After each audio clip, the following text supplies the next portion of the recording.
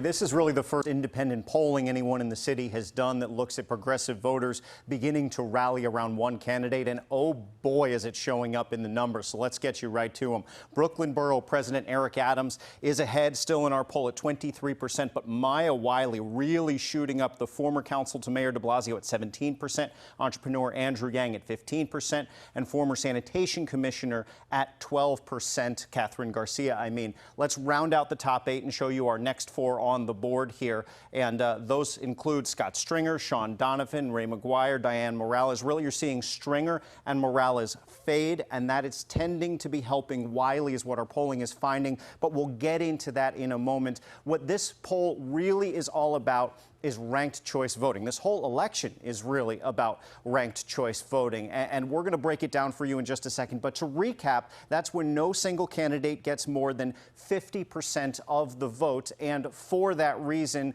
the bottom candidate is eliminated and their votes are redistributed to the remaining candidates in the field. And let's take a look at how it breaks down in this round of polling. This would be the final 4, hypothetically, if everyone else was already eliminated. So in the final 4, this is what it would look like. Eric Adams, a little over 32%. Maya Wiley, a little over 25%. Andrew Yang, 23%. Catherine Garcia, 19%. So what happens next, and we've done this a few times for you, but you got to keep getting used to it, is we'd hypothetically eliminate Catherine Garcia.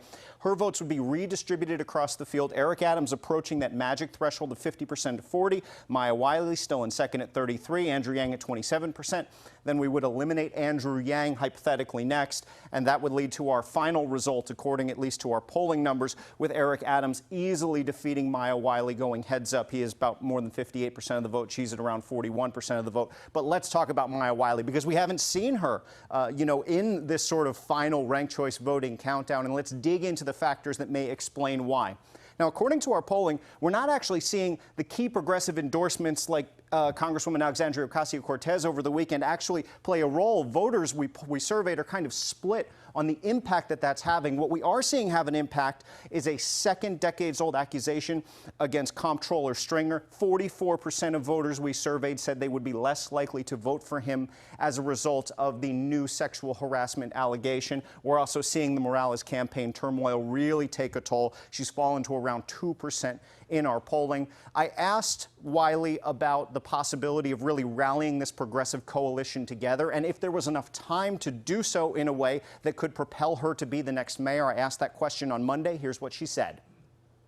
What I would say as someone who is looking at this field and this race in a historic time is we've got the momentum, and yes, we've got the time, but it's because we've got people.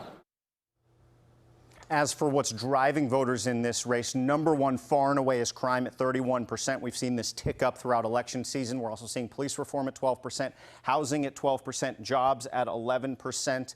And we also surveyed some Republicans here. And for what it's worth, we found that that race is really wide open between Curtis Sliwa and Fernando Mateo. We'll have more on that at PIX11.com. A high number of undecided voters. So that race really up for grabs. And of course, that's the next round, the general election in November. But what a poll.